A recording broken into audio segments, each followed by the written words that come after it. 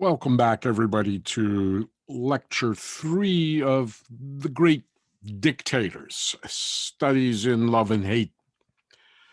Today, we're going to look at the big one, Adolf Hitler, born April 20th, 1889, in the village of Branau am Inn in Austria, just across the border from German Bavaria.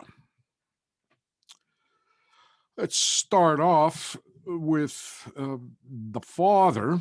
As you know, they often say, the sins of the father, and certainly the father is going to no doubt make some significant contributions to the psychopathology of his son, Adolf. The father, Alois, Alois, or Alois, born in 1837 in Austria, or in the Austro-Hungarian Empire, the illegitimate son of Maria Anna Schicklgruber and her unknown mate. Speculation was, and this would have been, of course, wartime speculation, Second World War time speculation, that Hitler's unknown grandfather was Jewish because Maria Anna Schicklgruber had worked as a servant in a Jewish household. However, historians have determined that, yes, well, she did indeed work in a Jewish household. It had been quite long before her pregnancy. When Alois is 5 years old, Maria will marry Johann Georg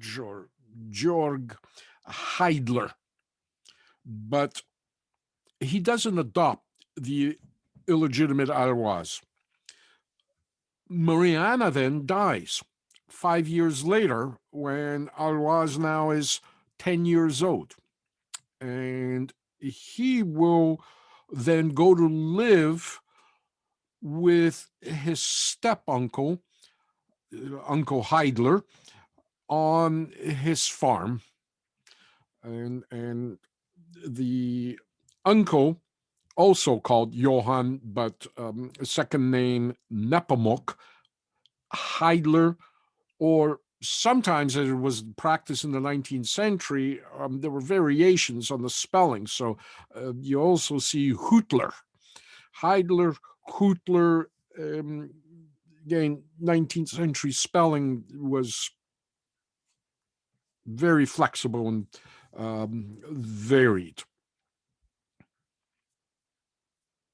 It's Johann Nepomuk who will raise Alois. After working on the Heidler farm, Alois becomes a shoemaker's apprentice and then manages to enlist in the Austrian customs service as a customs official. He will become a minor middle-class bureaucrat who will rise to the rank of senior assistant inspector by 1875, with a salary that was roughly equivalent to what a school principal would make, but with much better government benefits and a really good pension at the end.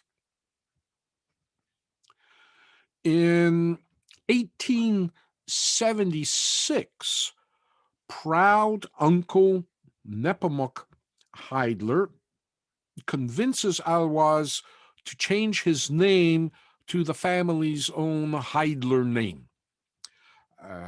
His father gives him, or his stepfather gives him permission to use the name, and now legitimizes Alois.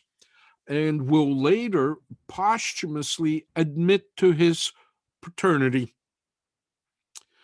But when the time comes to enter the name of Heidler for Arloise into the record book, some official or bureaucrat either misspells it or chooses his own spelling, and he spells it as Hitler, the way we know it. So Hutler becomes Hitler, and Alois Schicklgruber now becomes Alois Hitler. And so that's one of the first speculations on Hitler's rise to power.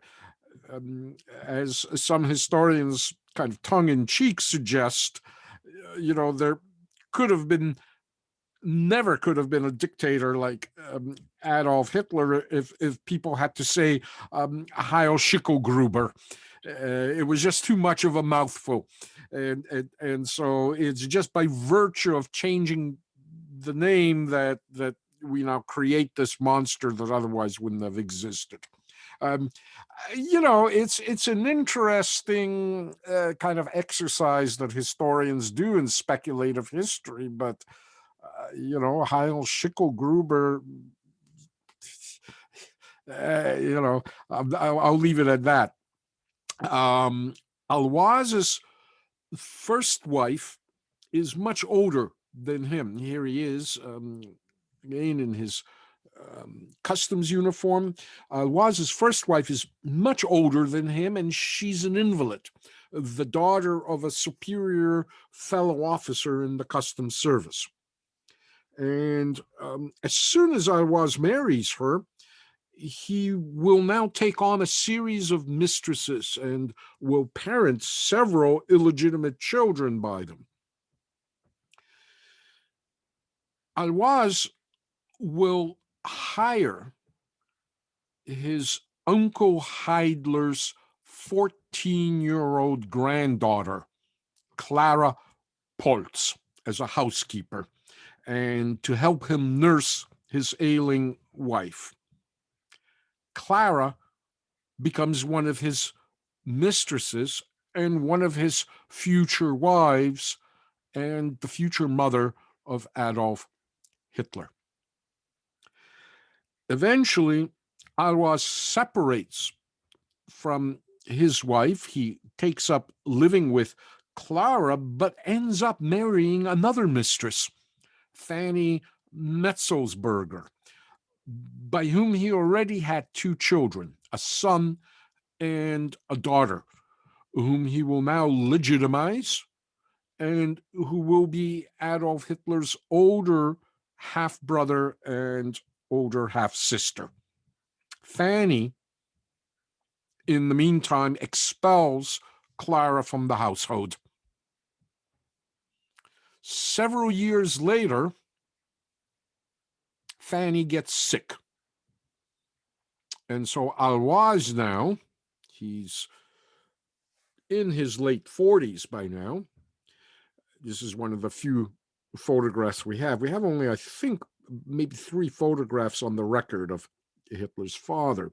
But Alois now brings Clara back into the household to take care of Fanny. And the love affair with Clara now is reignited some 10 years after it had begun. When Fanny soon dies, Clara now remains living in the house. And in 1885, at the age of 48, Alois Hitler now marries the 24-year-old Clara, and she becomes his third wife.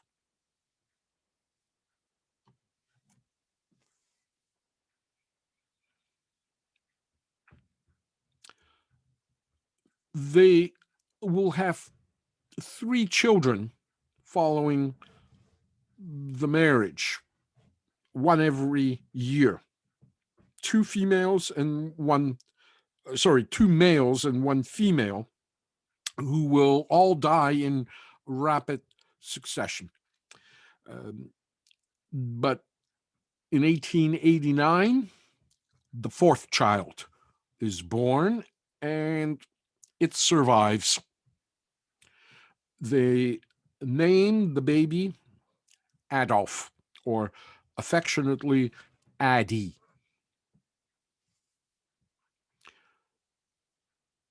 Later, when he's almost 5, in 1893, his mother will give birth to a brother, Edmund. But Edmund will die of measles when Adolf is 11 years old. In 1896, as well, um, Hitler's sister, Paula, will be born. Um, she will survive the war and eventually settle or return back to Austria, where she'll pass away in 1960. She doesn't have a lot to tell us. She describes her relationship with her older brother Adolf as kind of a typical siblings, a mixture of love and quarreling. She never commented on his politics. Little Addie is babied by his mother, who is now pathologically obsessed with his health after the death of her 3 previous children. The father, Alois, is away on customs border assignments. So little Addie has the run of the house. He's the apple of his mother's controlling eye.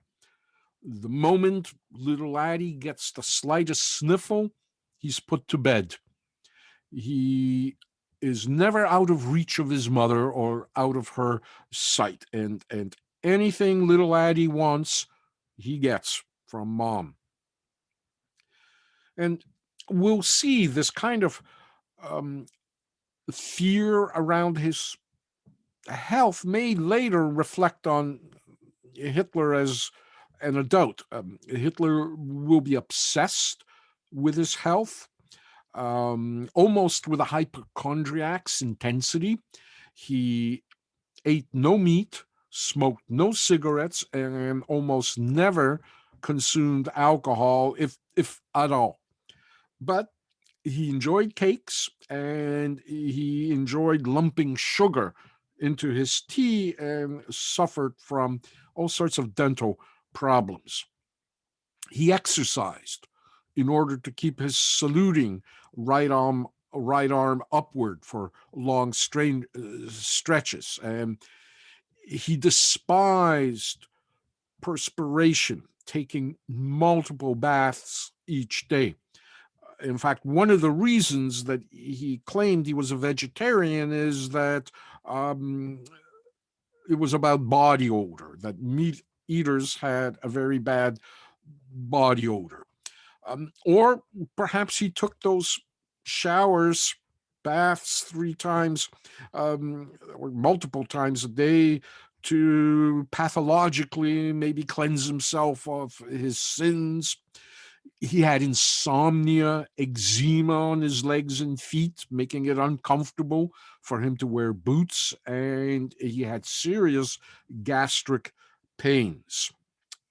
Irritable bowel syndrome, I guess, is what we would call it today. A bout of stomach pain would immediately set him into a paranoid rant about death from cancer. And of course, his mother will die later of cancer, so that too is kind of a ghost hanging over his psychopathology. He ingested all sorts of pills prescribed by a quack doctor, Dr. Morel. He, on the other hand, suspected that his kitchen staff aimed to assassinate him, and the pots were kept under 24-hour guard. He carried a pistol, even as he was surrounded by bodyguards, and his peaked cap reportedly had an armor plate inserted into it. He was given, it said as well, to uncontrollable farting. So, as you know, I study serial killers, and an assertive or controlling mother is often a characteristic in their childhoods. Not in all, but in many.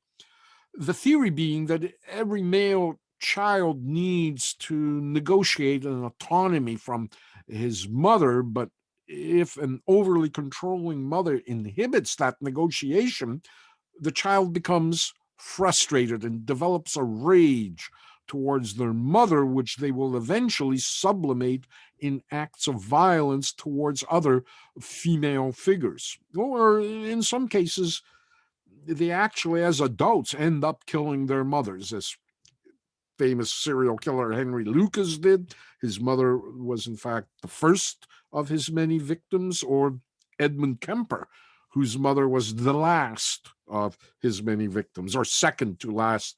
He killed a dinner guest of his mother's at the same time. So, if we categorize Adolf Hitler as a missionary or cult category of serial killer who leads others to do his killing, like, for example, Charles Manson, then Hitler's biography begins to take on some of the elements that we find in a typical serial killer's childhood biography: an assertive, controlling mother, and the absence of a father or a violent father. And in Hitler's case, the father will turn out to be both.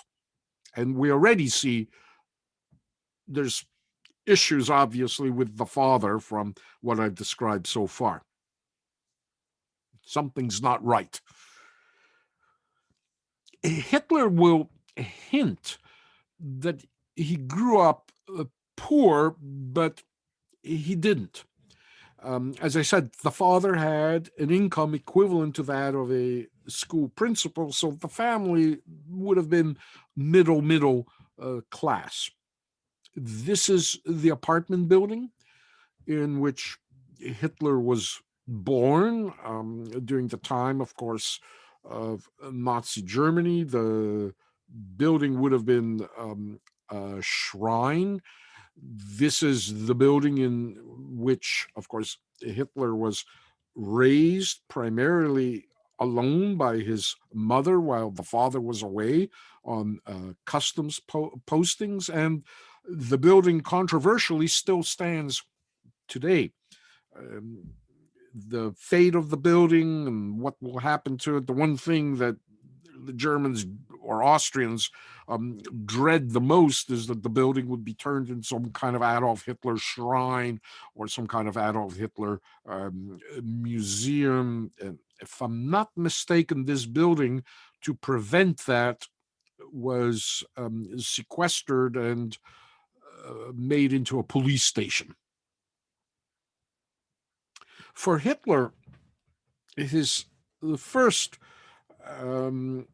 5-6 years of his life it's paradise for him. He's in charge. He's the center of his mother's undivided attention. It's great. But when he's 6, all that ends. Firstly, the little brother, Edmund, will be born, but the bigger issue is that the father retires from the customs service and now comes home to live permanently. And so suddenly little Addie is no longer the little man of the house. The father has ambitions of farming and beekeeping. And so now they move around and settle into this house you see on the left in Leonding near Linz, Austria. That house, too, remains standing today. Also, dreaded that it could become a museum. I think Most recently, it was a funeral home, if I'm not mistaken. And so now um, they're living in this house, and Adolf Hitler in this small town, and Adolf Hitler in 1895, at the age of 6, will enter first grade in public school. His performance in school is mostly adequate, satisfactory. C, C minus. Um, Hitler is graded excellent in only 2 subjects: art and gymnastic. So he hates school, and he's nagged by his father for his poor performance. I don't know if you've picked out Hitler yet from that crowd of boys. They all kind of um, look like candidates to be Hitler. You're looking at his grade 4 class when Hitler is 10 years old in this photograph. Um, it's probably who you think it is. Indeed, the little boy at the peak of the pyramid. Here is little Addie, 10 years old. Hitler is in deep conflict with his father, who kind of almost returned like a stranger to the home.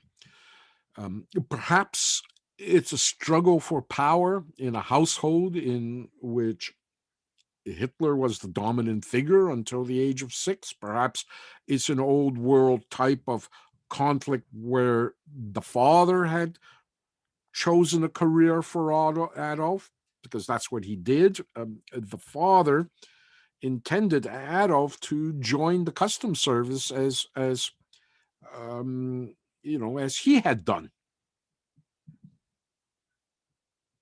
Hitler tells his father he wants to be an artist, a painter.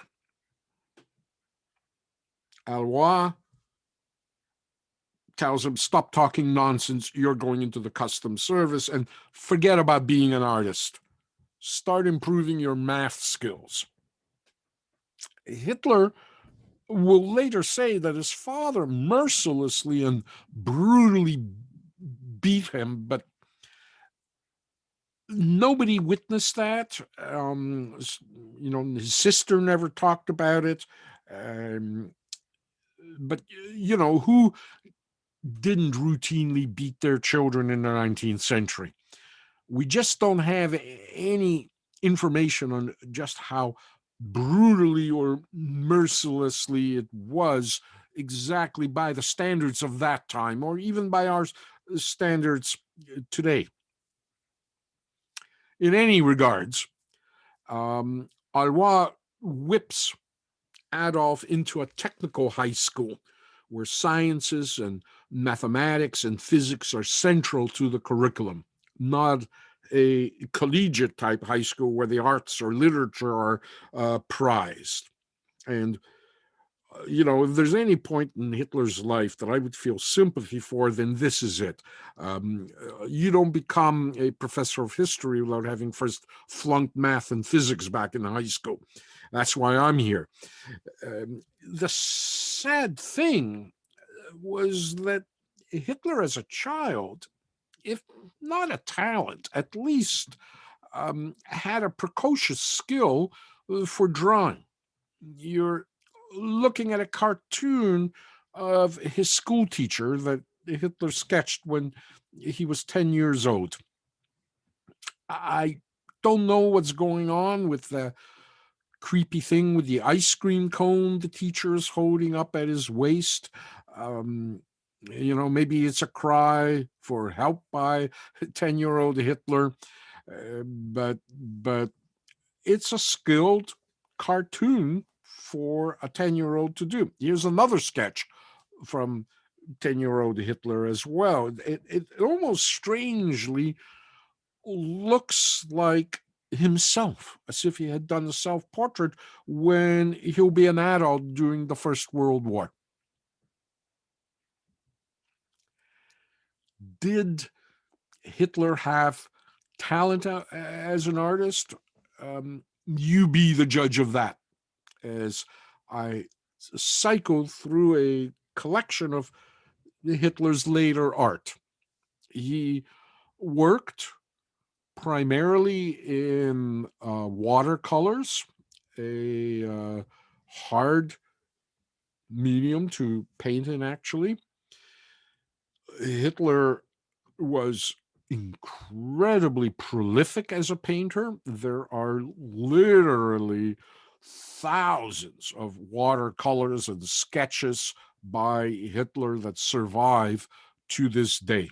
Everybody and everybody's uncle in Germany and Austria had somehow acquired an original Hitler painting. There were so many.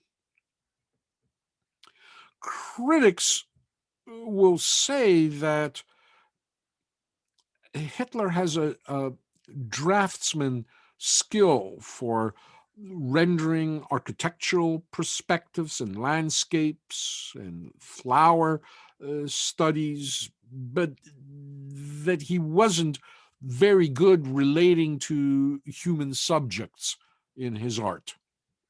And that, too, might be a reflection of his pathology, his psychopathology. Many of his paintings are absent of any human forms. And when they do appear, often these forms are vague or cartoon-like or very flat.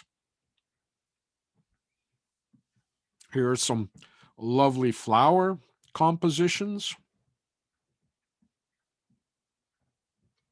This one is actually my favorite of all the Hitler art.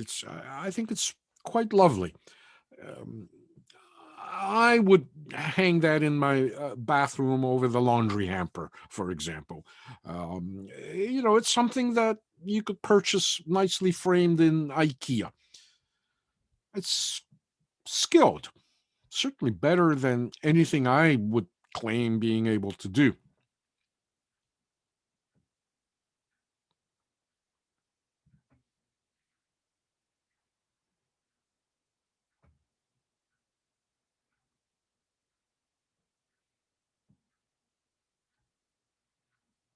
Here you can see again the sort of close up a little bit the stiffness of the human figures, the horses as well, any kind of life figures. His only known self-portrait um, has a blank face.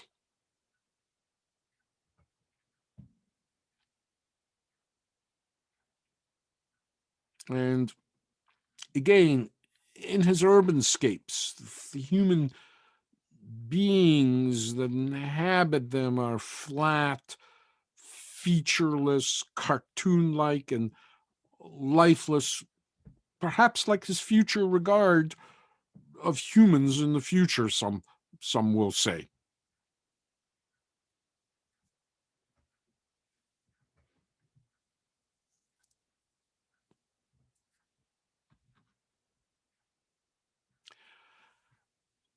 As we see new Hitler canvases come to sale in auctions, and these auctions become more frequently, we see that there are actually figure studies in human portraits that perhaps are not great works of art, but certainly are not terrible. But perhaps mediocrity is the worst crime to accuse an artist of. And that's certainly, if that's the case, then Hitler is guilty of that. This one actually is, I think, again, quite lovely as a portrait. Until the late 1990s, Hitler paintings and sketches would sell anywhere from 500 up to $5,000 if they were particularly interesting, not as works of art per se, but as historical Hitler memorabilia. They were not worth very much otherwise. But now, um, at these auctions, we start seeing a kind of wave of wealthy Middle Eastern, Nouveau Riche, Asian, Chinese collectors have begun heavily buying Hitler art. And one of the last auctions sold a small group of watercolors for $500,000, including this strange, weird, uh, dark painting by Hitler, something that um, nobody has an explanation for, and is unlike many of the other Hitler's postcard-like paintings. And so, this kind of value now that Chinese collectors put on Hitler's art gives us some sense of perspective on our own cultural response to Hitler's history. A sense of revulsion that we had uh, kind of prized these paintings so low, almost rejected them. I imagine after this $500,000 auction, all of us are running into the attics to see if somebody has one of the thousands of Hitler paintings out there.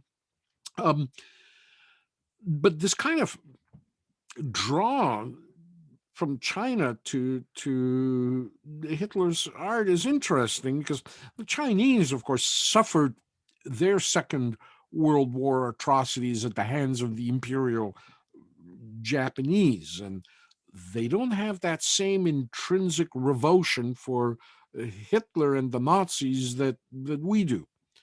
For example, Nazi regalia and symbology is aesthetically pleasing and used to market all sorts of unrelated products like clothing in this Chinese version of the Gap. This is not Chinese neo-Nazis who are proclaiming the principles of National Socialism. This is just young, middle class, wealthy Chinese who have a whole different historical perspective, and it comes so fast for us. Of course, the horrors of Hitler are so deeply embedded in our society. Not so much over there. They have a whole different set of horrors. And so, for example, you see this kind of fad, young girls dressing up in Nazi SS uniforms, or there's kind of a subculture among wealthy teenage Chinese. They're the only ones who could afford this, to dress up in Nazi SS uniforms and pose in full wedding pictures, with the groom in a Nazi uniform, and not just any uniform, but the uniform of the dreaded SS, one of the worst criminal organizations in the 20th century.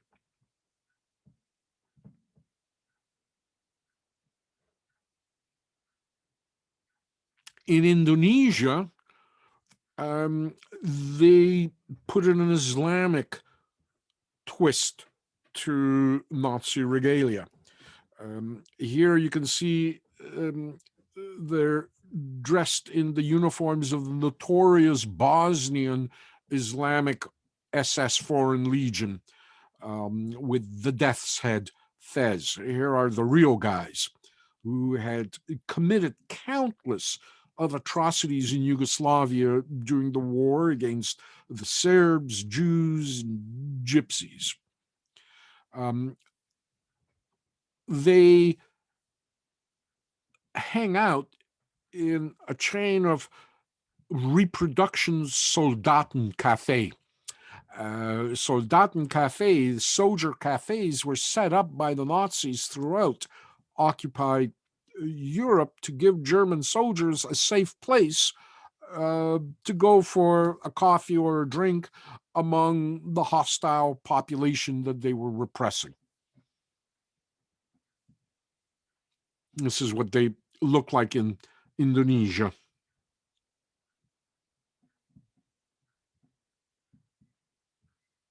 Nothing like a girl's night out after a hard day's work. It's an office party. In India, Hitler's name is virtually synonymous with the swastika, a fortuitous symbol of life and rebirth in many cultures, ancient symbol. Um, Hitler's cross is often how it's kind of verbalized in English. They too have the Hitler Gap. And again, they're not promoting neo-Nazism.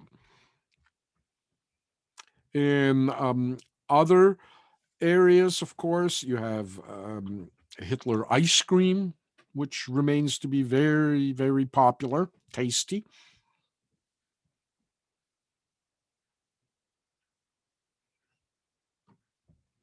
In other regions of Asia, Hitler sometimes is confused with Ronald McDonald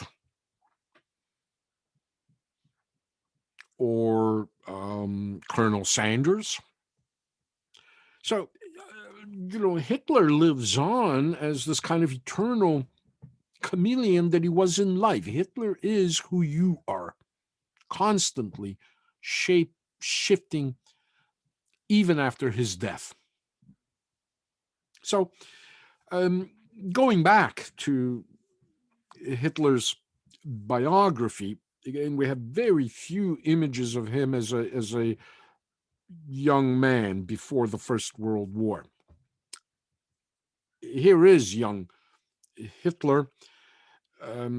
He suddenly gets a break in his life when he turns 14.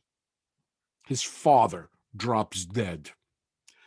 Although Hitler is described as weeping despondently upon his father's death, he is suddenly back to being the man of the house. Perhaps, it was an Oedipal complex, the way the much discredited Sigmund Freud had formulated that idea. And of course, the only other man in the household, his younger brother Edmund, is now dead from the measles. So Addie now tyrannically returns to rule over his mother and now his sister as well. Financially, his father had left the Hitler family fairly well provided for. His mother received half her husband's monthly pension plus death benefits. Adolf and his sister also receive an orphans fund, which they will receive until they come of age, plus a small inheritance. The family owned that house in Leonding, which they had paid for mostly in cash. For convenience, young Hitler is sent to live during the week at a boys' boarding school in Linz, where he was attending that hated technical high school. This was to save him from a kind of a long daily commute. But on weekends, he would come back home, live with his mother. Hitler will be remembered by the woman who ran the boarding house as a nervous, awkward boy who spent most of his time reading and drawing. Although Hitler loved to read, he was lazy and uncooperative in this school. And in autumn of 1903, when he returned to the school after summer vacation, things got worse. Along with his poor grades in mathematics and French, Hitler starts misbehaving. Uh, Perhaps knowing that he was likely to fail, although Hitler claims he was misbehaving deliberately to get himself thrown out of the school. But with no threat of discipline at home and disinterest shown, um, by his school teacher, Hitler now begins to perform all these pranks and practical jokes aimed at the teachers he now disliked so much. Hitler's antics included giving contrary, insulting, argumentative answers to questions which upset the teacher and delighted all the other boys who sometimes applauded him. He one day released cockroaches in the classroom. On another day, he rearranged all the furniture in the classroom. He sometimes provoked confusion by doing the opposite of what the teacher would tell him to do. And even years, even as Fuhrer, Hitler often liked to dwell and tell stories of his schoolboy pranks, and he would recall them in detail to some of his top generals in the midst of waging a world war.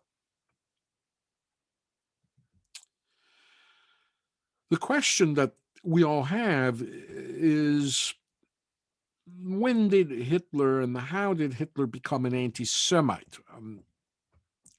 Firstly, in Austria, certainly anti-Semitism was more virulent than in Germany, and Hitler was exposed to it as a youth. There is no question about that, although we have no anecdotes or evidence or reminiscences later from either Hitler or any witnesses about this period in his life. Certainly not about the question of anti-Semitism.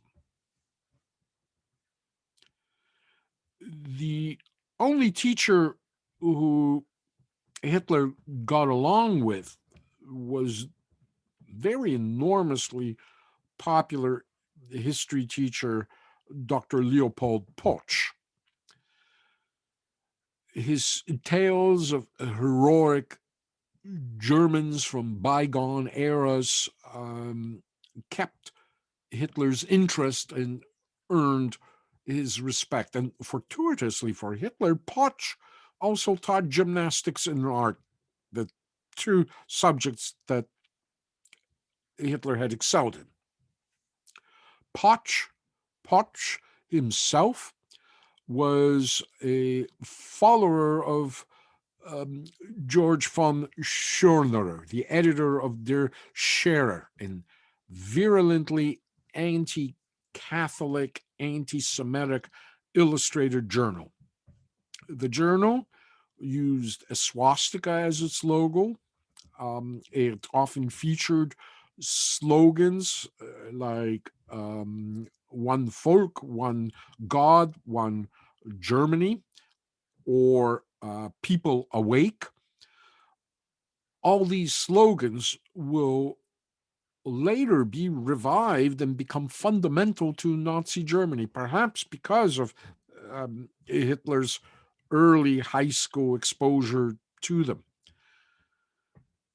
In the pages of Der Scherer Jews were portrayed as race polluters and rats in cartoons that will inspire the later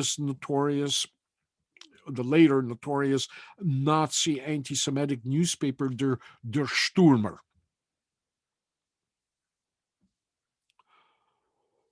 Putsch, some maybe 15 years later, 14 years later, will have another Austrian pupil. 17 years later, actually. He'll have another Austrian pupil that will get some fame. Adolf Eichmann, the notorious Holocaust functionary responsible for the assembly and transport of millions of European Jews to the death camps.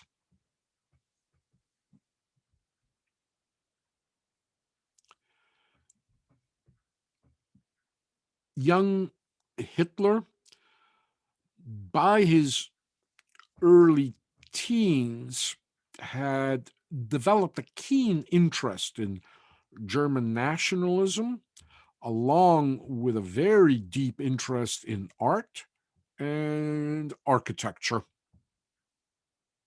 Young Hitler, he puts all his hopes in the dream of becoming a great artist, especially as his prospects at the high school grew dimmer. In fact, some of his teachers became anxious to see Hitler thrown out of the school because of all the trouble he was causing. One teacher would later recall young Hitler as somebody who, quote, reacted with ill-concealed hostility to advice or reproof. At the same time, he demanded of his fellow pupils their unqualified subservience, fancying himself in the role of leader. At the same time, indulging in many a less innocuous prank of a kind not uncommon among immature youths. End of quote.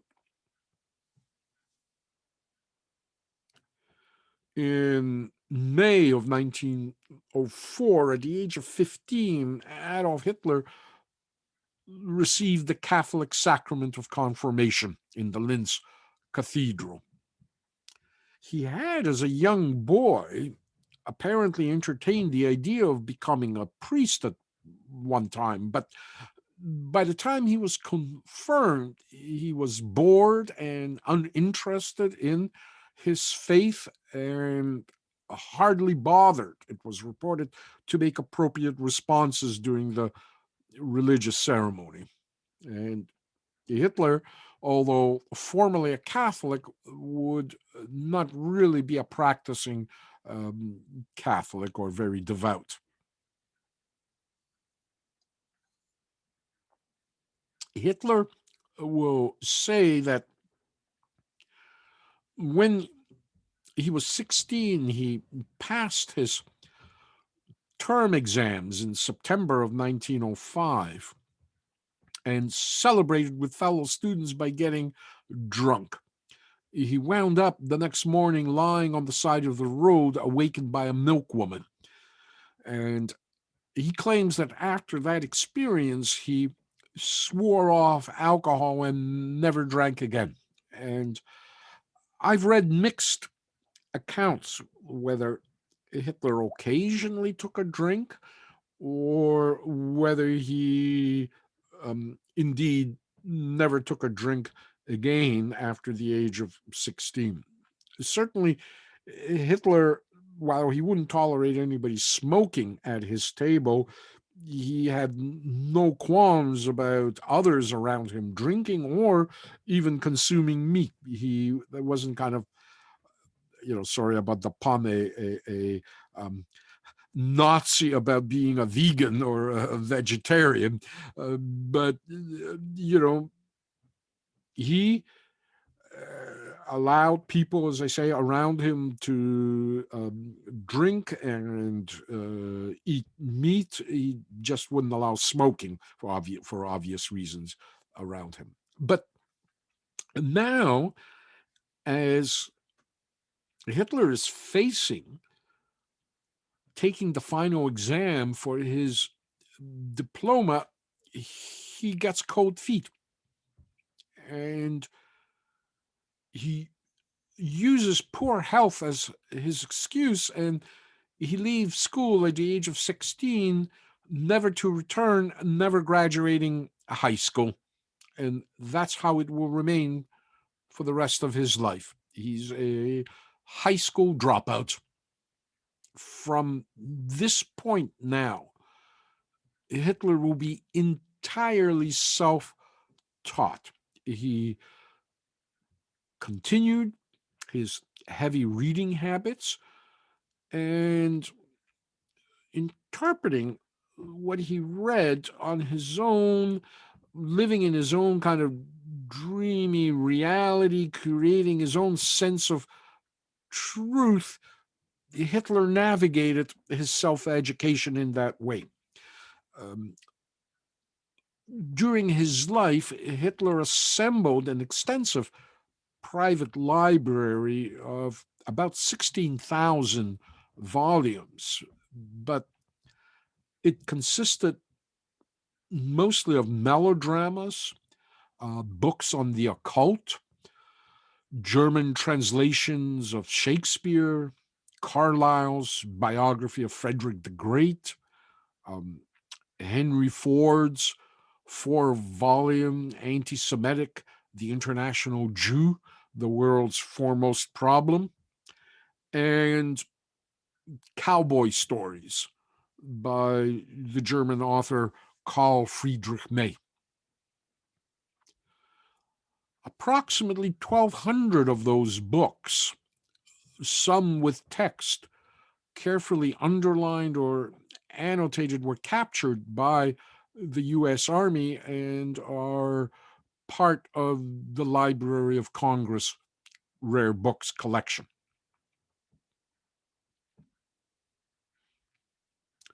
The Nazi architect Albert Speer would dub Hitler a, quote, genius of dilettantism.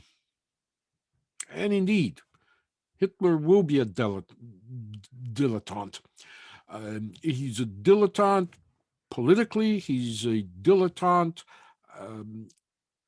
in the sciences, he will be a dilettante in future, the architectural rebuilding of Berlin, and he will be a dilettante in waging war as well.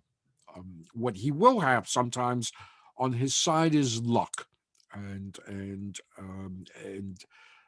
of course, eventually his luck will run out.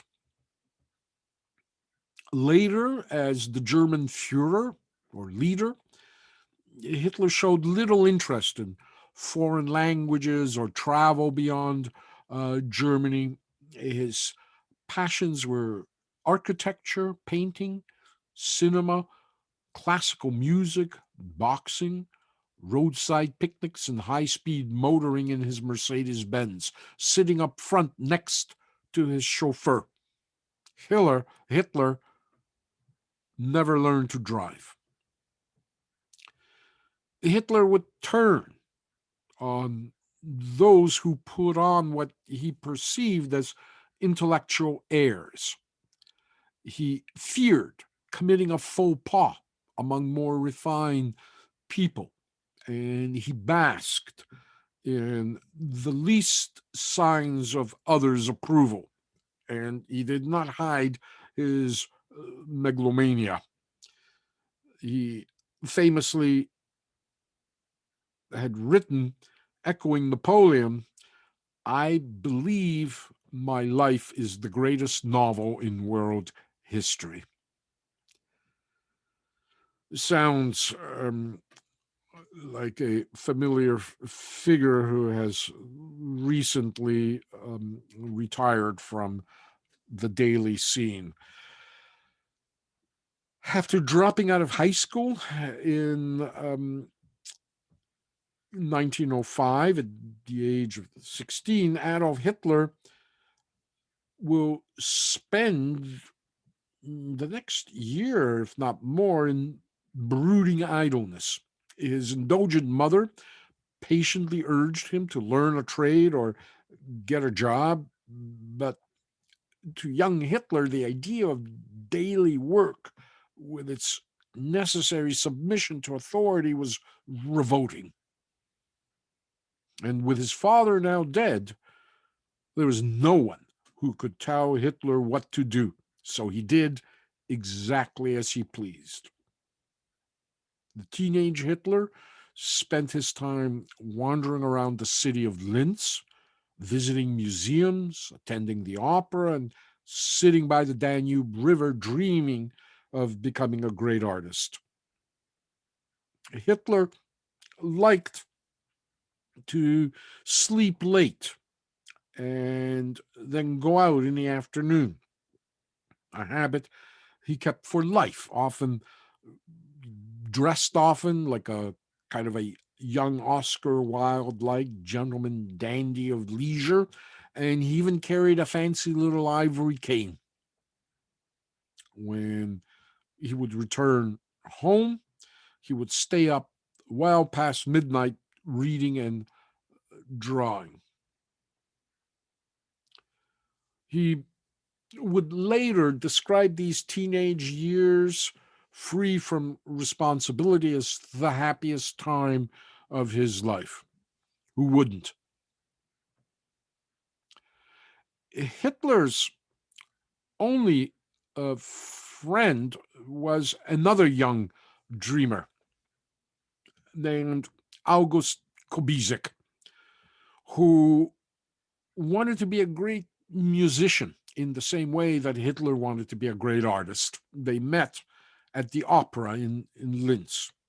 And it will be Kubizek who will be the solitary, intimate witness to Hitler's teenage years. We'll let her write a book about it, Young Hitler. It's still available, still being printed. And it's Kubizek who actually sketched this portrait of young Hitler.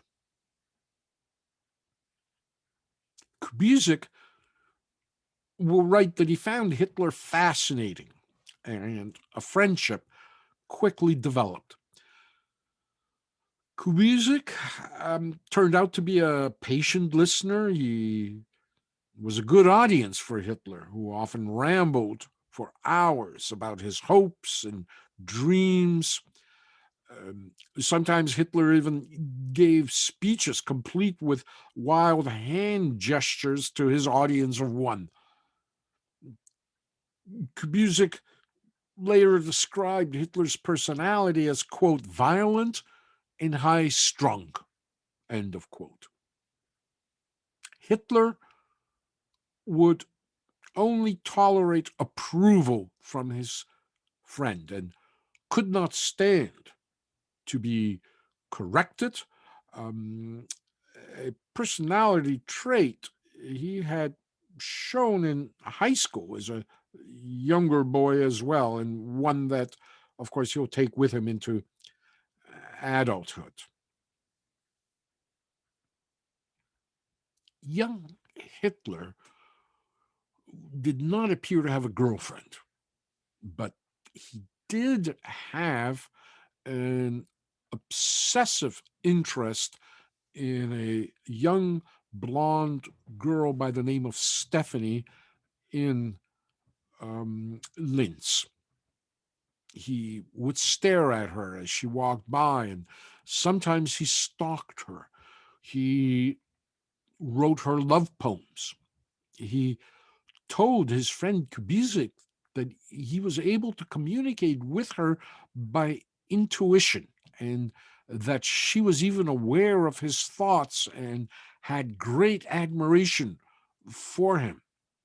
He was deeply jealous of any attention she showed to other young men. He eventually spun such a complex story about his connection to Stephanie, um, how eventually he met her, that he was actually dating her. Hitler told Kubizek that he and Stephanie were going to marry, and he even designed a house that he would build for them, a sketch that survived. And so one day, when Hitler, weeping, told him that Stephanie had broken up with him for another boy, Kubizek consoled his broken-hearted friend. Decades later, when Hitler became Fuhrer, the German press sought out Stephanie and found her and asked her, what was it like to date the Fuhrer when he had been a teenager? And Stephanie just looked at the reporter's mouth gaping. She did not even know that she and the young Hitler lived in the same town. Uh, Although she did later say she remembered occasionally a feeling as if she was being followed, and did recall once receiving this crumpled, incoherent, unsigned poem in the mail. So the entire relationship had been a figment of Hitler's imagination, yet the fantasy had been so extensive, so deep, and so well told that Kubizek believed it had been authentic. And of course, sex and relationships, um, are the prism through which we look at the psychopathology of a teenager and later a man. We have very little insight on Hitler about that. Um, Hitler once described to Kubizek his ideal woman as, quote, a cute, cuddly, naive little thing, tender, sweet, and stupid, end of quote. Hitler's love affairs, if any, remain mostly obscure. But strangely, many of the women who are thought to have become his lovers, and some were confirmed as that, um, would end up dead.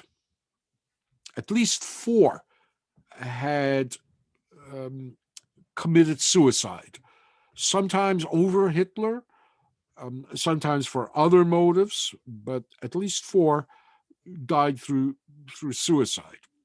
Hitler had affairs with um, German movie stars, with the wife of his labor minister, Robert Ley, one of the women who, um, I think she hung herself, if I'm mistaken. Perhaps she was an attempted suicide. There was the four suicides plus the attempted suicides. Magda Goebbels will marry Joseph Goebbels, the future propaganda minister, only to be closer to Hitler. In fact, on Hitler's last day before committing suicide, he presents to Magda his personal numbered gold party pin as a parting gift.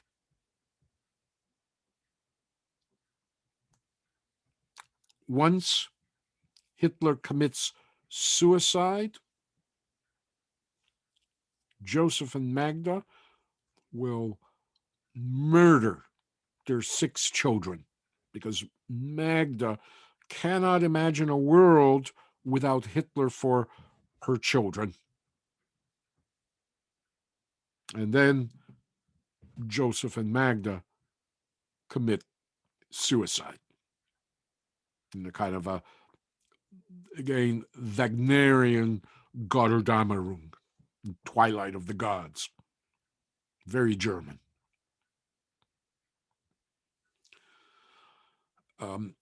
In that family tradition of incest, remember Alois married his um, uncle's granddaughter, and of course um, later the brother of the uncle admitted that he is the biological father, so there is a biological connection. And in the same way, in that family tradition, Hitler will seduce his niece, Angela Maria Gelli-Rabel, and he keeps her nearly a prisoner in his apartment in Munich until, in despair, she shoots herself through the heart with Hitler's handgun in 1931. And to this day, rumors abound that Hitler murdered her in a jealous rage because she had been having an affair with his chauffeur. Eventually, Hitler will settle on a 17-year-old Eva Braun, who he met while she was working in his personal photographer's studio, Heinrich Hoffmann. She will become his secret mistress throughout the years that he is in power. Um, on the last day of Hitler's life, they will marry and then commit suicide for their honeymoon, the last of the women to die for Hitler's love. Not all women committed suicide. One of Hitler's mistresses escaped Germany and went to the United States. There, she was debriefed by psychiatrist Walter C. Langer from the OSS, the Office of Strategic Services, the predecessor agency to the CIA, in one of the earliest attempts in history at systematically profiling a subject. Based on her testimony, the OSS concluded that Hitler was impotent and a masochist scatophiliac. In other words, he liked to be stepped upon and pooped upon while having sex. This is not necessarily an unusual sexual predilection about men wielding power. This kind of need to submit and be degraded and humiliated in privacy.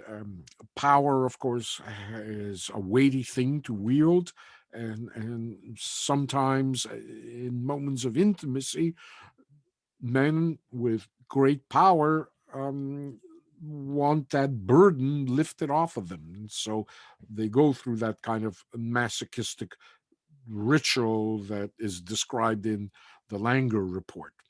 The Langer report, by the way, in that same report, he predicts that Hitler will never be taken alive, that he will commit suicide before letting himself be captured. And Langer was right.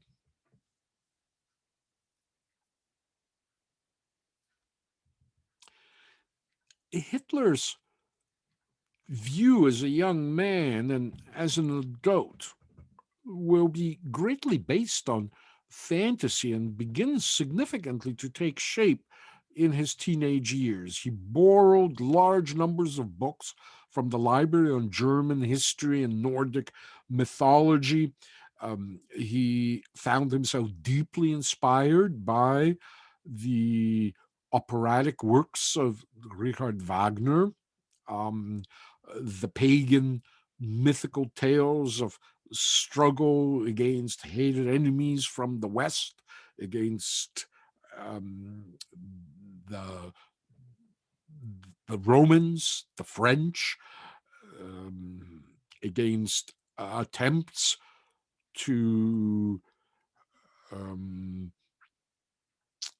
repress or conquer the Germanic pagan tribes and convert them by the sword to Christianity, as Charlemagne indeed did.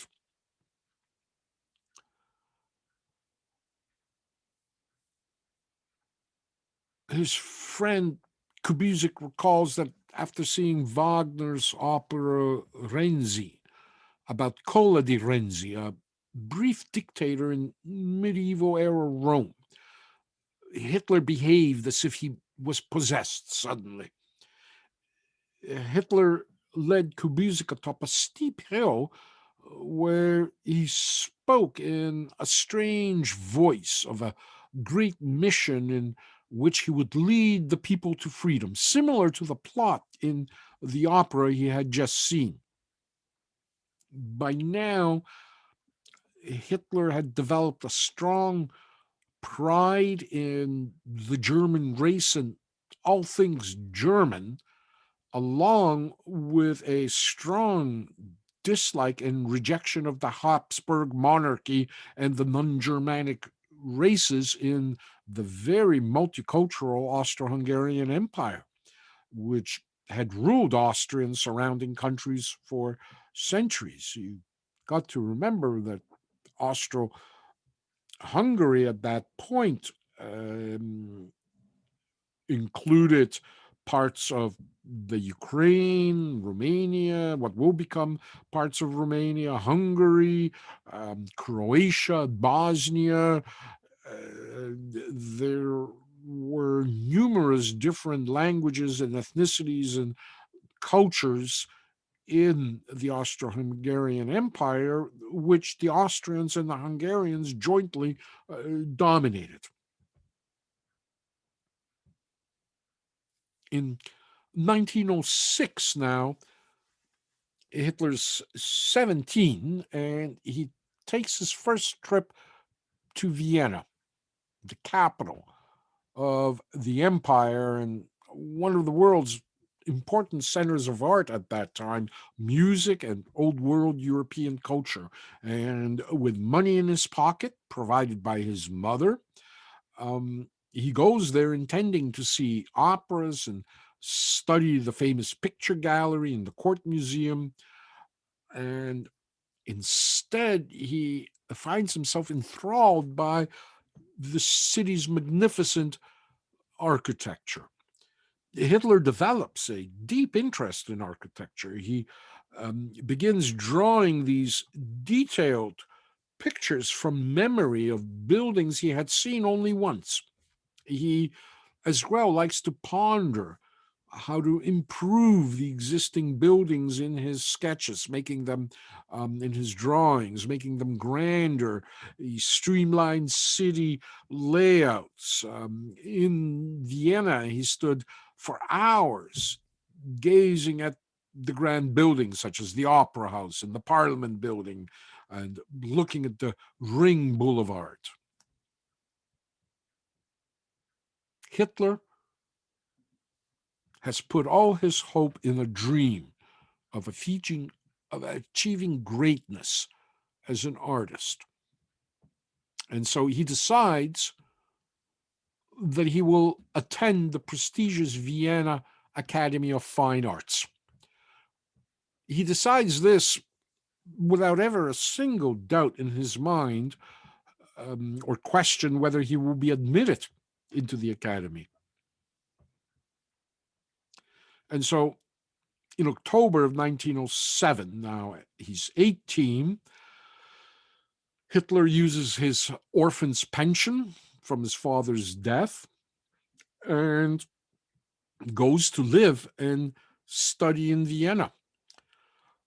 By now, Hitler's mother is suffering from breast cancer, and it had been unsuccessfully operated on in January of 1907.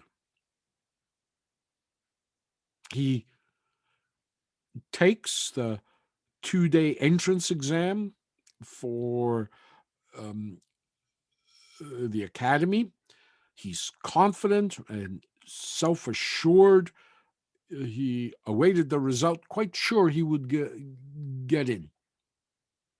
But failure comes to him suddenly, unexpectedly, and in a way that's been unprecedented. Hitler never really failed at anything he wanted up to this point in his life. His test drawings were judged unsatisfactory, and he was not admitted. And Hitler is terribly shaken by this rejection. He went back to the academy to get an explanation and was told that his drawings showed a lack of talent for artistic painting, notably a lack of appreciation of the human form. He was told, however, that he has ability in the field of architecture, at least as a draftsman.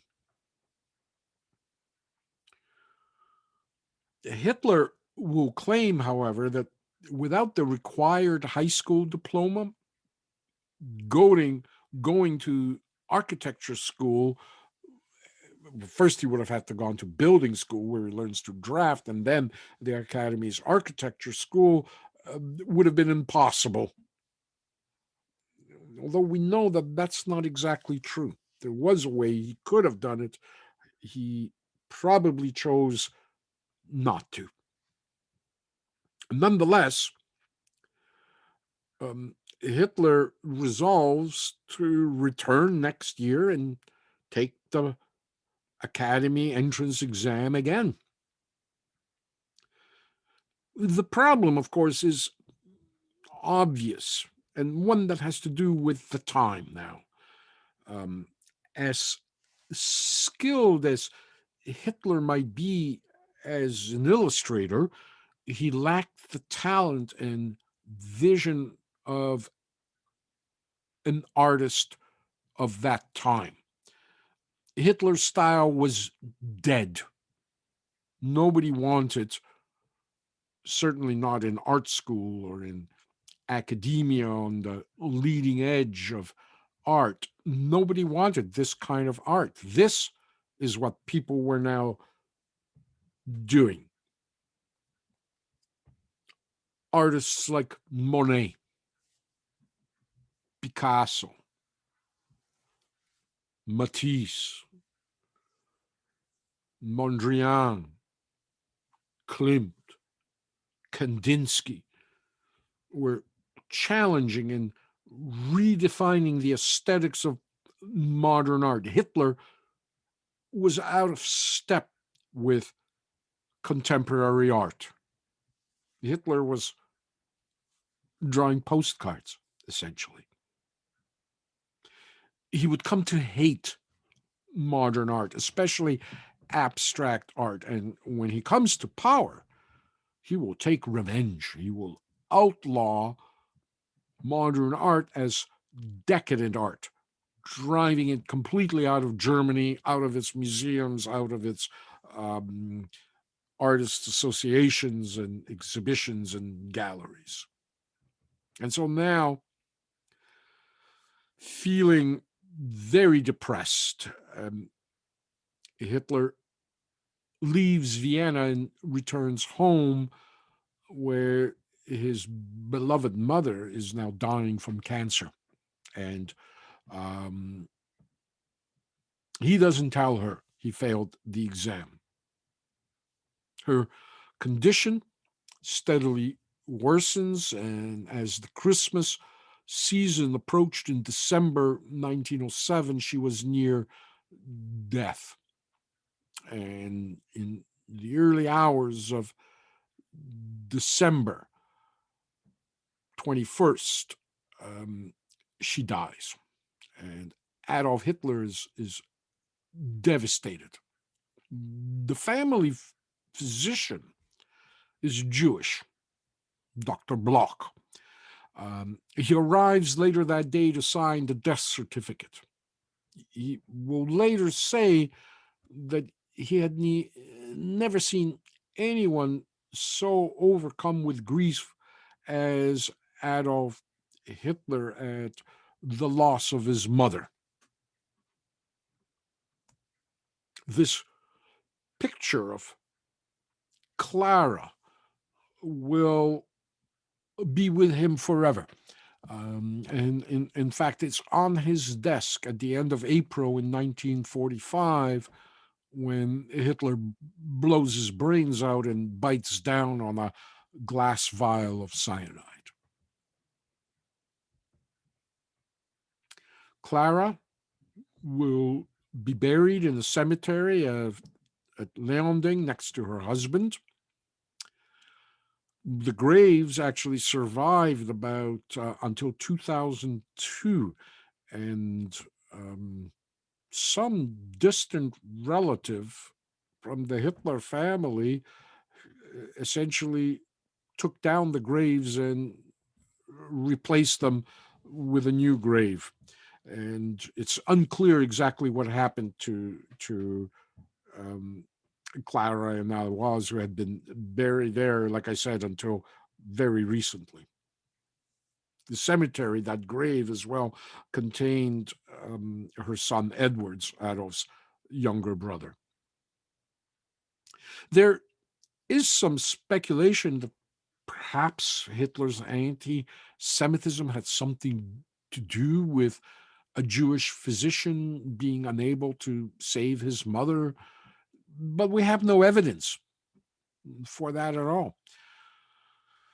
The next day, Christmas Eve, Hitler and his sisters pay a visit to Dr. Bloch, and they come to settle the medical bill. The doctor gives the family a huge break on the charges, considering the many home visits he had made to his patient. Adolf Hitler expresses, profound gratitude to the doctor. He tells Bloch, I shall be grateful to you forever. And indeed, for once, Hitler tells the truth. In 1938, Hitler will annex Austria, and Austrian Jews there now come under Nazi persecution. And Hitler sees to it that Bloch is easily able to leave the country as a refugee. And by then, as well, his old teacher and Eichmann's teacher, Dr. Leopold Potsch, is also denouncing his former pupil Hitler as a traitor to Austria for having engineered the annexation of Austria by Germany. Now, with both parents gone, Hitler once again sets his sights on Vienna and the Art Academy. He cashes out now his inheritance. As he comes of age, he no longer has that orphan's pension, and he moves now to Vienna, and he will move there in February of 1908. And it'll go very poorly for Hitler there.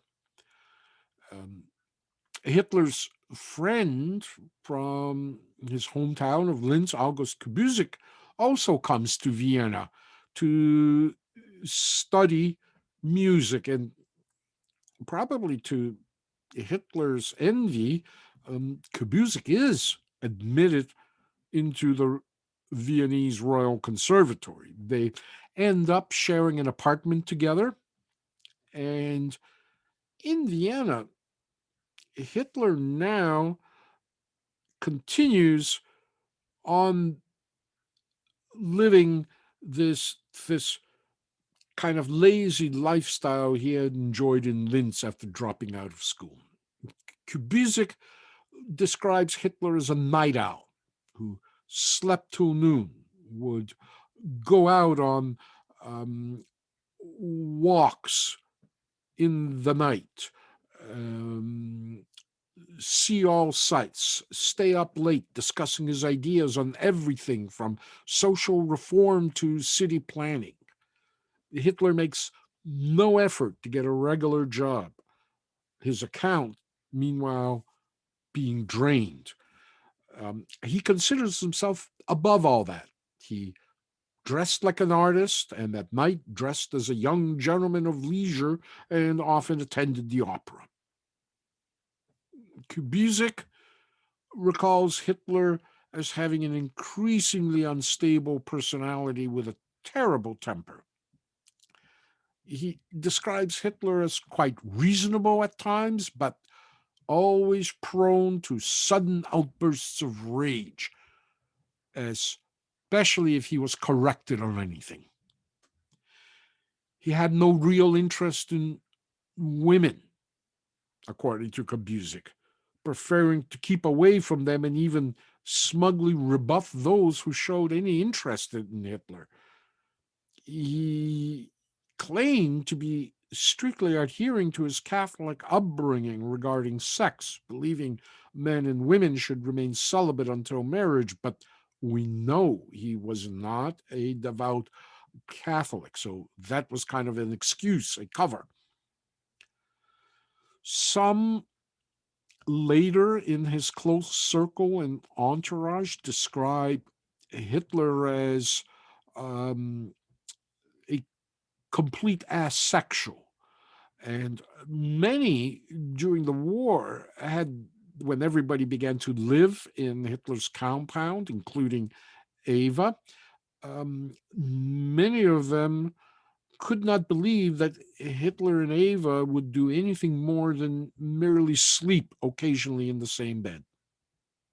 Others speculated that Hitler might actually be gay or bisexual.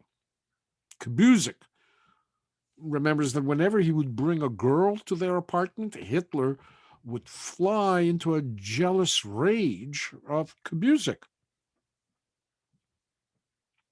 Typically, whether attempting to compose his own opera or redesign the city of Vienna or invent a new soft drink, all things that he had attempted, Hitler would start with a lot of enthusiasm, work very hard, only to eventually lose interest and abandon the project. Exactly the dilettante that Albert Speer had described. October 1908 is Judgment Day for Hitler. Hitler tried now for the second time to gain admission to the Vienna Academy of Fine Arts, convinced this time that he will never fail. However, this time it's even worse. His test drawings were judged as so poor that he was not even allowed to take the formal exam.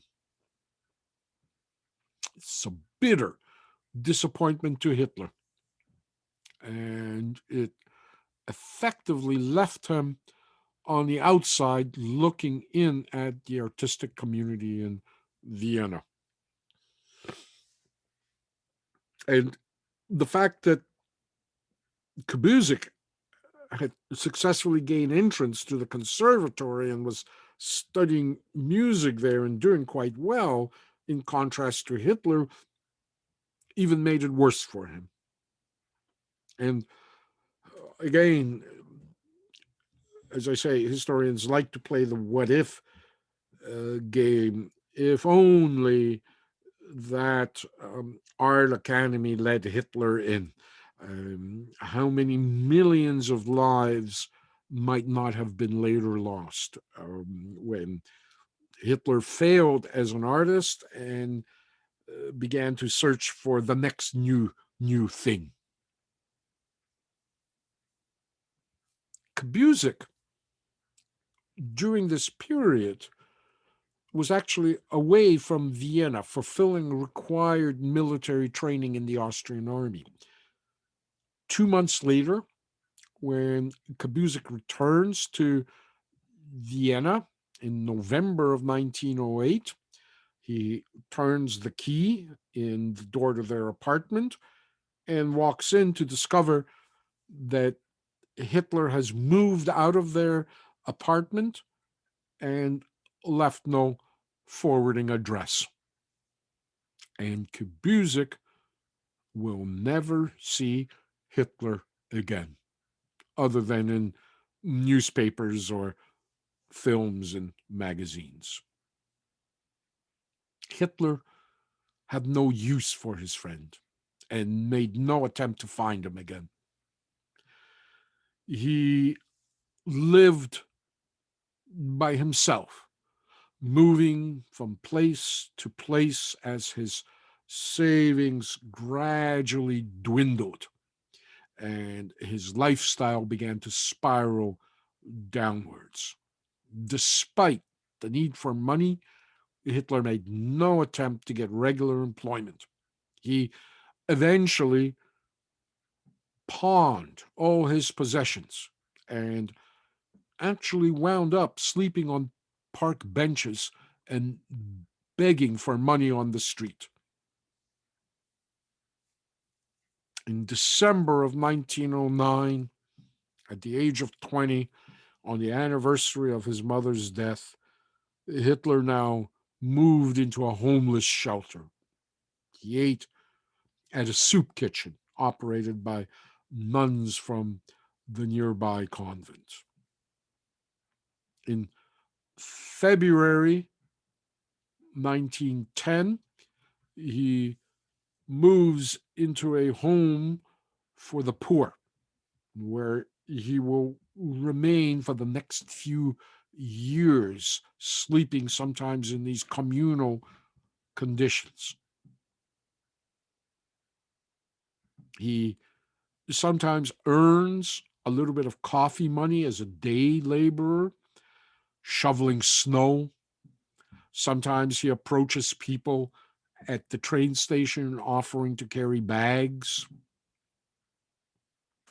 What he does discover is that he could earn a meager living selling postcard sized pictures of famous Vienna landmarks and cityscapes, which he's copying from postcards. Another resident at the homeless shelter, Reinhold Hanisch, will act as his agents, hawking Hitler's works of art to various shops where they were mostly used to fill empty picture frames. Hitler also would paint posters and placards for shop windows. Hanisch will recall Hitler as an undisciplined and moody man, always hanging around the men's home, eager to discuss politics and often making speeches to the residents there. He would fly into a rage if anybody contradicted him. Eventually, Hitler quarrels with Hanisch, accusing him of stealing his paintings and files charges against him, and will testify in court in August of 1910 against Hanisch, exaggerating the value of his paintings and actually getting Hanisch an 8-day jail sentence. That's not enough for Hitler. In In 1938, Hanisch will be murdered on Hitler's orders after talking to the press about his dispute with the young painter Hitler.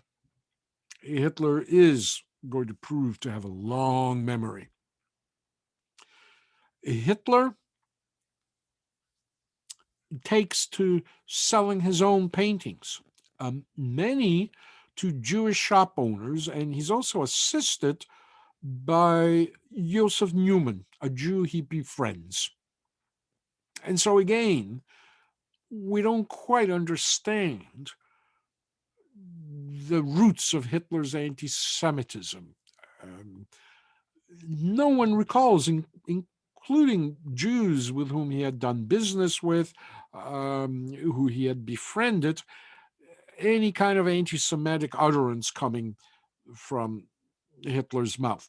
Although anti-Semitism was so ingrained in Austrian society that perhaps had Hitler said anything, nobody might have noticed it as particularly unusual. But we just don't have any anecdotes about it.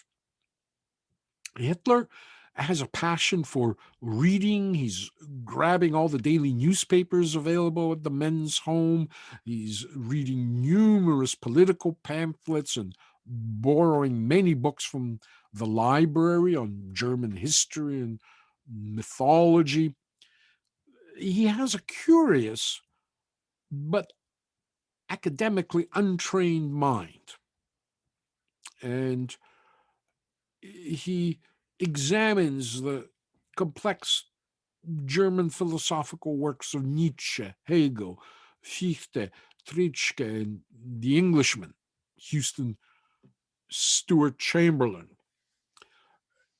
But in a kind of naive way, he picks up bits and pieces of philosophy and ideas from them, and then winds up with a kind of hodgepodge of racist, nationalistic, anti-Semitic attitudes that over time become a diehard philosophy that he will later describe in his very derivative book, Mein Kampf, My Struggle.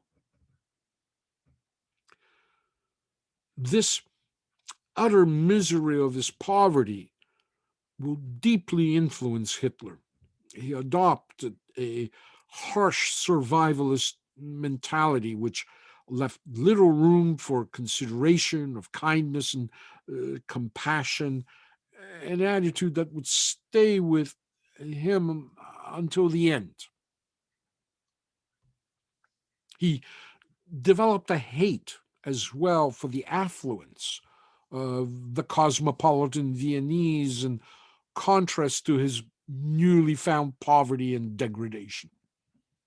In Mein Kampf, Hitler will later write, quote, "I owe it to that period that I grew hard, and I'm still capable of being hard," end of quote. Even before Hitler comes to Vienna, Hitler has that psychopath's personality notable for its lack of empathy. Many historians have speculated that Hitler suffered psychological distress or trauma, partly brought on by an unhappy childhood, notably his relationship with his father, a domineering, at times cruel man. At the same time, Hitler also shows an extraordinary attachment to his overindulgent but controlling mother. In Vienna and later, Hitler suffers bouts of depression. Other times, he experiences these extreme manic highs, only to be followed by a drop back into the depths of despair. The one consistent personality trait that is reported in the few reports that we have was the hysteria, evident whenever someone displeased him. Hitler's personality has been described as basically hysterical in its nature. And now at 21, Hitler is becoming keenly interested in local politics, watching events unfold around him in Vienna. After witnessing a large protest march by workers, Hitler immersed himself in an intensive study of the politics of the Social Democrats, a kind of liberal socialist party, a very old party in Germany. He gained appreciation of their ability to organize large rallies and use propaganda and fear as political weapons. From the sidelines, Hitler also watched the other main parties, the Pan-German Nationalists and the Christian Social Party, which heightened his interest in German nationalism and anti-Semitism. Vienna was a city of 2 million people and had a Jewish population of nearly 200,000, nearly 10%, including many traditionally dressed Orthodox Jews.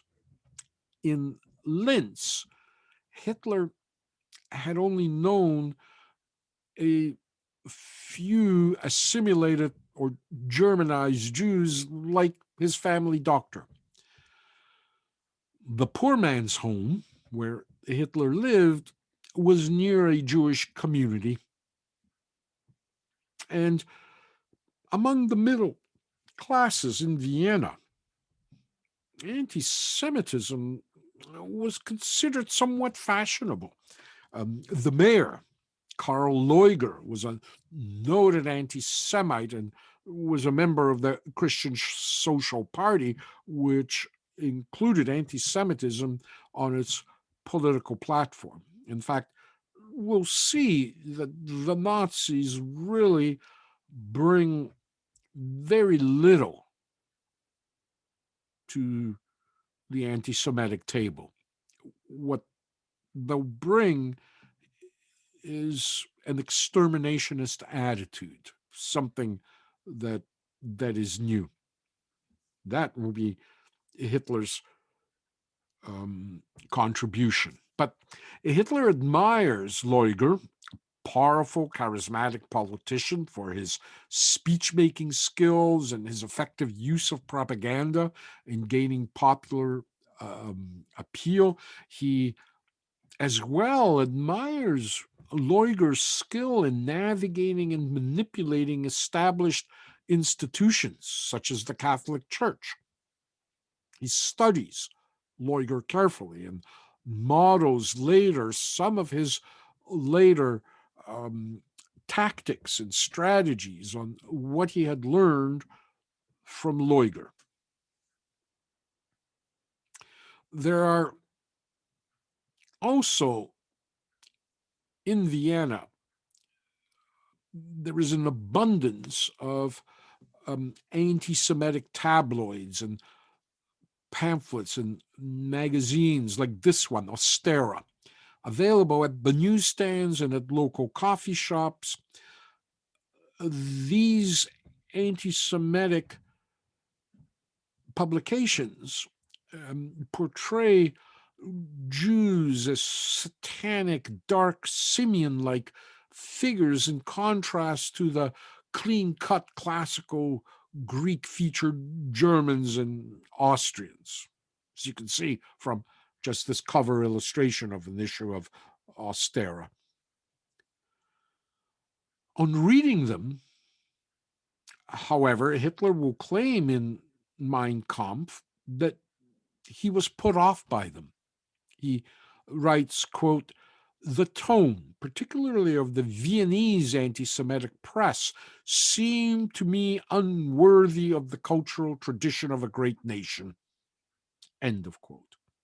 And Hitler's view on this kind of cartoon, crude anti Semitism will remain throughout the rest of his life. Hitler, once in power, will advocate for what he will refer to as cold scientific anti Semitism. He will discourage popular pogroms and violent outbursts, which he believes achieve nothing in the long run.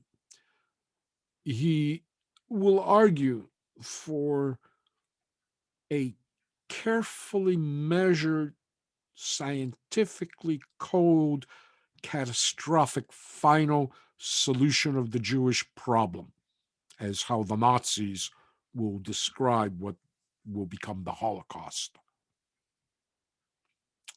It's also in Mein Kampf that Hitler describes the transformation in his thinking toward the Jews. He says it begins with a chance meeting. Quote, once, as I was strolling through the inner city, I suddenly encountered an apparition in a black kaftan and black hairlocks.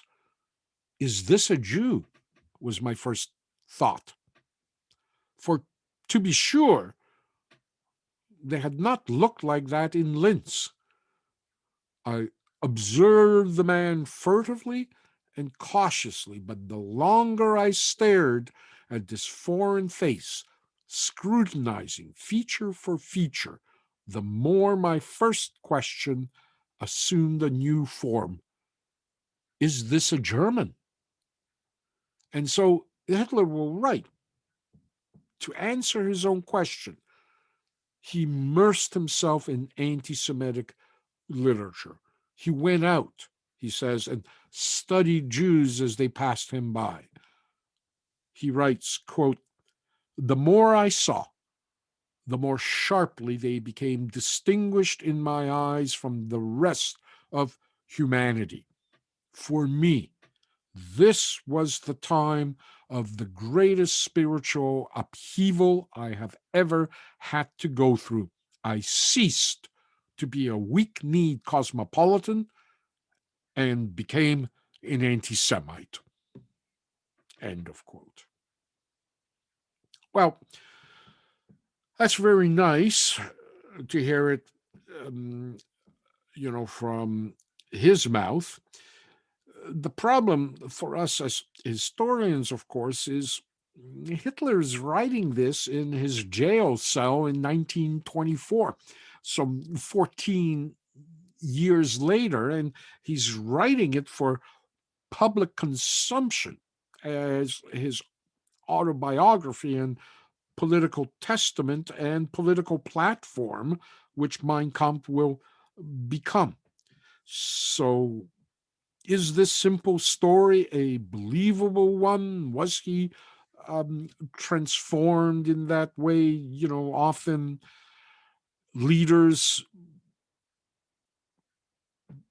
describe or make up a transformational story like this to simplify the legend of how they became what they became. We don't really know if this is how Hitler became an anti-Semite over, perhaps overnight, or whether it was a long, lifelong process. But at this point, in terms of, again, of witness statements, Hitler's anti-Semitism was not apparent in his personal relationships with Jews. He did business with Jewish shop owners and selling his paintings and maintained that friendship with Joseph Newman. However, somewhere the seeds of hate, or perhaps the seeds of fear, were planted and would be nurtured by events soon to come, laying the foundation for one of the greatest tragedies and horrendous dictatorships in modern history, let alone this genocide that he will perpetrate not only on the Jews, but on many other peoples as well. The Poles, the Russians, the Ukrainians, the Belarusians, the Serbs, the Czechs.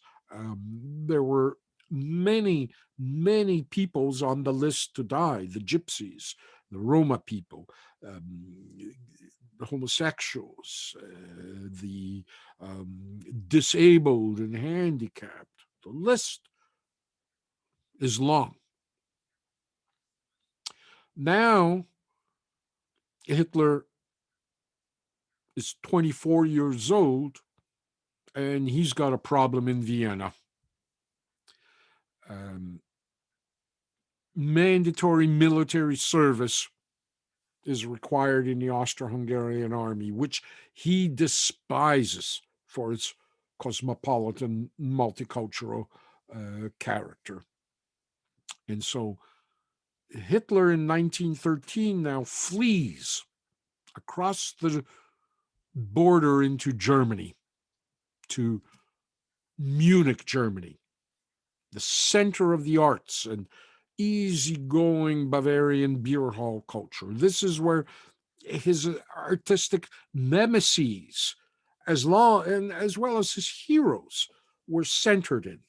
Uh, Kandinsky, Wagner, Paul Klee, Brecht, coffee houses and beer halls, improvised theater,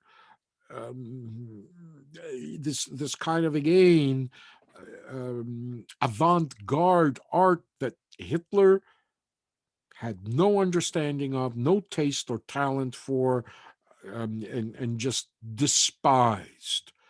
And so, as he now struggled as a derelict bum in Munich, a failed artist, it depressed him even more. Hitler,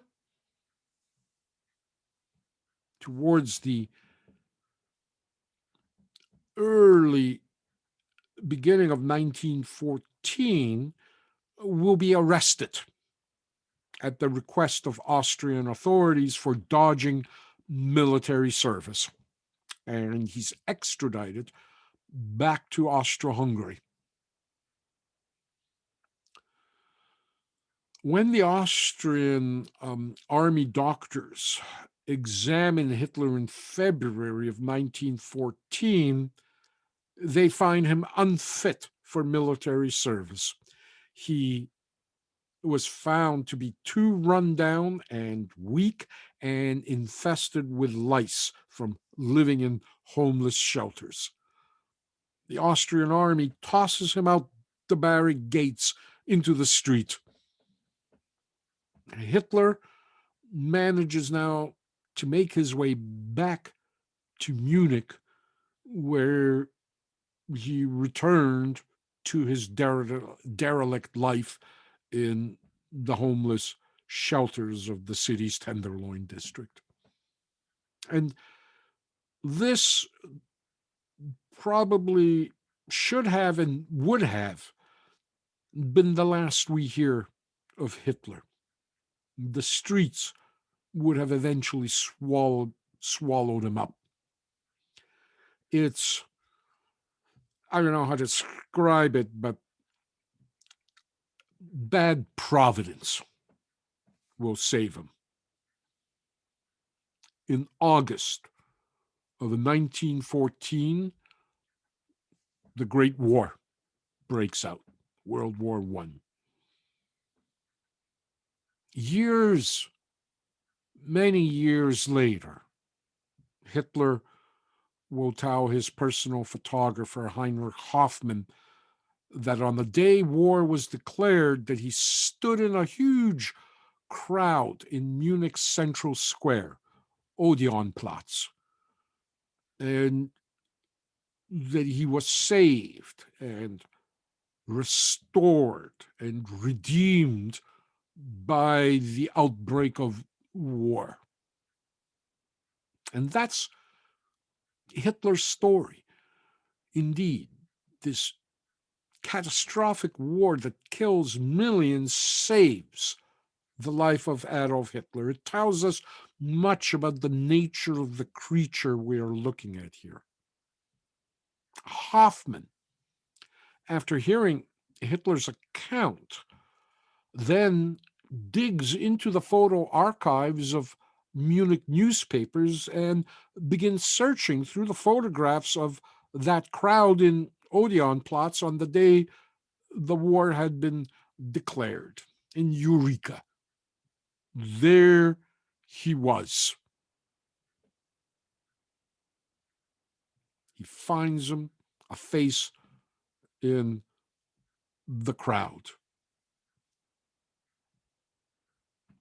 You're looking at a rare photograph of this emaciated Hitler. The Austro-Hungarian army had rejected him just several months earlier, but now, with the war declared, the German army is going to welcome him with open arms. And Hitler suddenly has a new home and a new purpose. Hitler will enlist in the elite List Infantry Regiment of the 6th Bavarian Reserve Division, part of the German army, and goes off to war.